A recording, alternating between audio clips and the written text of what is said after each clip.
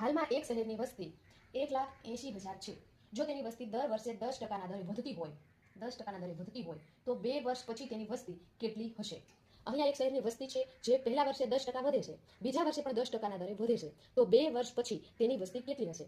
તો એક વસ્તી છે એની અંદર તે વધારો થાય છે, એટલે અહીંયા આપણે સક્સેસિવ મેથડ લગાડીશું. તો 10% ને ફ્રેક્શનમાં આપણે 1/10 લખીશું. આ પહેલાની એટલે પહેલા મારી વસ્તી હતી 10 રેશિયો, ત્યારબાદ વધારો થાય છે તો 1નો વધારો થશે. તો 1નો વધારો થાય તો કેટલા થઈ જશે? તો કે 11 રેશિયો. એવું આ પહેલા વર્ષે થાય છે. બીજા વર્ષે પણ આવી જ રીતે 10%ના દરે જ વધારો થાય છે. એટલે ફરી વખત આપણે આને આવી જ રીતે લખી નાખશું 10 રેશિયો. 1નો વધારો થાય છે એટલે હવે શું કરીશું? આ બંનેનો ગુણાકાર કરીશું. આ બંનેનો ગુણાકાર અહીં 10 × 10 એટલે આપણને આ થઈ જશે 100 રેશિયો આપણો જવાબ થઈ જશે. અને આ 11 × 11 તો 11નો વર્ગ કેટલો થઈ જશે? તો થઈ જશે 121. હવે અહીંયા આપણને હાલની આપેલી છે વસ્તી અને આ વધારા પછીની વસ્તી છે.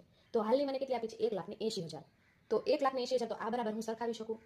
તો 100 રેશિયો બરાબર કેટલા? તો કે 1,80,000 આટલા આપેલા છે. હવે શું 2 વર્ષ પછી તેની વસ્તી કેટલી હશે? તો આ 2 વર્ષ પછીનું આપણને આપેલું છે. તો 121 રેશિયો બરાબર કેટલા થશે? અહીંયા આપણે છેદ ઉડાડવાના છે એટલે આમ થઈ ગયું. એટલે હવે કેટલા? તો કે 121 ગુણ્યા પેલા આપણે 18 કરી નાખીએ.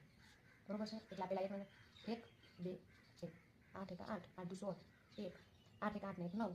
ઘણાની ગુણાકારમાં પણ પ્રોબ્લેમ થાય, કશો વાંધો નહીં, શીખવાનું. આ 8 6 ને 7 9 10 11 11 ના 1 ના કેટલા વધ્યા? તો કે 2. અહીંયા 2 0 આપણે બાકી હતા તો એ આપણે અહીંયા લગાવી દઈશું. એટલે 2 વર્ષ પછી મારી વસ્તી કેટલી થઈ જશે? 2,70,800. એટલે મારો જવાબ આવી જશે 2.